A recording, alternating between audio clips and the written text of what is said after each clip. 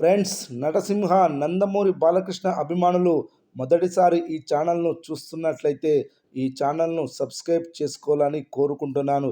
ఎందుకంటే బాలకృష్ణ సినిమాల గురించి ఏ చిన్న అప్డేట్ వచ్చినా ఈ ఛానల్లో అప్డేట్ చేస్తాను.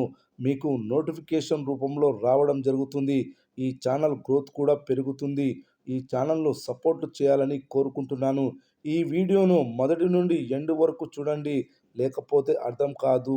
ఇప్పటి వరకు తెలుగు సినిమా ఇండస్ట్రీలో ఎంతమంది హీరోలు ఉన్నప్పటికీ ప్రతి ఒక్కరికి వాళ్ళకంటూ ఒక సపరేట్ ఐడెంటిటీ అయితే క్రియేట్ అయింది. మరి ఇక మీదట సైతం సీనియర్ హీరోలు అందరూ తమదైన రీతిలో సత్తా చాటుకోవాల్సిన అవసరం అయితే ఉంది. మరి వాళ్ళు అనుకున్నట్టుగానే యంగ్ హీరోలకు పోటీని ఇస్తూ ముందుకు సాగుతూ ఉండడం విశేషం. ఇక ఇప్పుడు వాళ్ళు పాన్ ఇండియాలో కూడా సత్తా చాటుకోవాల్సిన అవసరం అయితే ఉంది. తెలుగు సినిమా ఇండస్ట్రీలో బాలయ్య బాబుకి చాలా మంచి గుర్తింపు అయితే ఉంది.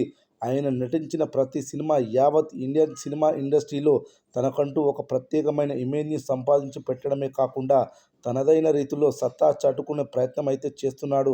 మరి ఇలాంటి సమయంలోనే ఆయన చేస్తున్న సినిమాలు ఎలాంటి గుర్తింపును సంపాదించుకుంటున్నాయి, తద్వారా ఆయనకంటూ ఎలాంటి క్రేజ్ క్రియేట్ అవుతుంది అనేది కూడా తెలియాల్సి ఉంది. ప్రస్తుతం ఆయన బోయపాటి శ్రీను డైరెక్షన్లో అఖండ 2 సినిమా చేస్తున్నాడు. ఇక ఈ సినిమాతో ఎలాగైనా సరే భారీ విజయాన్ని అందుకోవడమే లక్ష్యంగా పెట్టుకొని బరిలోకి దిగుతున్నాడు. మరి ఈ సినిమాకి ముందే 4 విజయాలను అందుకొని ఉండడం విశేషం. ఇక ఈ సినిమాతో 5వ విజయాన్ని తన ఖాతాలో వేసుకుంటానని చాలా కాన్ఫిడెన్స్తో ఉన్నాడు. మరి తను అనుకున్నట్టుగానే ఈ సినిమాతో సూపర్ సక్సెస్ని సాధించి ఇక మీదట వచ్చే సినిమాలతో కూడా మంచి విజయాలను దక్కించుకోవాలనే ప్రయత్నంలో ఉన్నట్టుగా తెలుస్తుంది. ఇక ప్రస్తుతం ఈ సినిమాలో ఇద్దరు స్టార్ హీరో విలన్లు నటిస్తున్నారు. అందులో ఒకరు ఆది పినిశెట్టి కాగా మరొకరు సుధీర్ బాబుగా తెలుస్తుంది. ఇప్పటి వరకు సుధీర్ బాబు హీరోగానే సినిమాలు చేసుకుంటూ వచ్చాడు. కానీ మొదటిసారి బాలయ్య బాబును ఢీకొట్టే పాత్రలో నటించబోతున్నట్లు వార్తలైతే వినిపిస్తున్నాయి. ఇక ఇప్పటి వరకు ఈ సినిమా యూనిట్ నుంచి సుధీర్ బాబు విషయంలో ఎలాంటి అఫీషియల్ అనౌన్స్మెంట్ అయితే రాలేదు.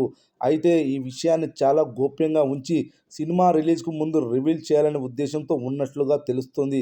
ఇక ఆది పినిశెట్టి ఇప్పటికే బోయపాటి శ్రీను డైరెక్షన్లో వచ్చిన సరైనోడు సినిమాలో విలన్గా నటించి స్టైలిష్ విలన్గా మంచి గుర్తింపును సంపాదించాడు.